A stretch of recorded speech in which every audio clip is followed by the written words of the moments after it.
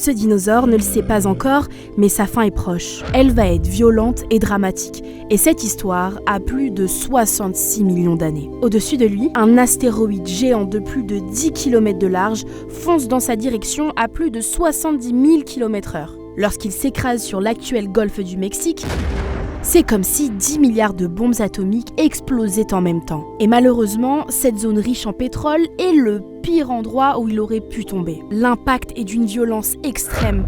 Tout ce qui se trouve autour n'existe plus. Des roches sont projetées dans l'atmosphère et retombent littéralement en feu. Forêts, dinosaures, tout brûle. Les volcans se réveillent, la mer se déchaîne, des tsunamis géants 30 000 fois plus puissants que ceux d'aujourd'hui engloutissent les terres. Beaucoup de dinosaures meurent sur le coup, certains survivent mais plus pour très longtemps. Avec les incendies et les volcans, près de 1,7 milliard de tonnes de particules fines de carbone noir se retrouvent dans l'air, empêchant les rayons du soleil de passer. Pendant 2 ans, les dinosaures sont plongés dans l'obscurité. Résultat, les températures chutent et passent entre -10 et -8 degrés. Les plantes et les autres organismes qui tirent leur énergie de la lumière du soleil ne survivent pas. Et la chaîne alimentaire s'effondre. Sa chute emporte avec elle certaines espèces marines qui avaient survécu jusqu'ici, comme les reptiles marins géants appelés plésiosaures. C'est la fin de la période du Crétacé qui aura duré 77 millions d'années.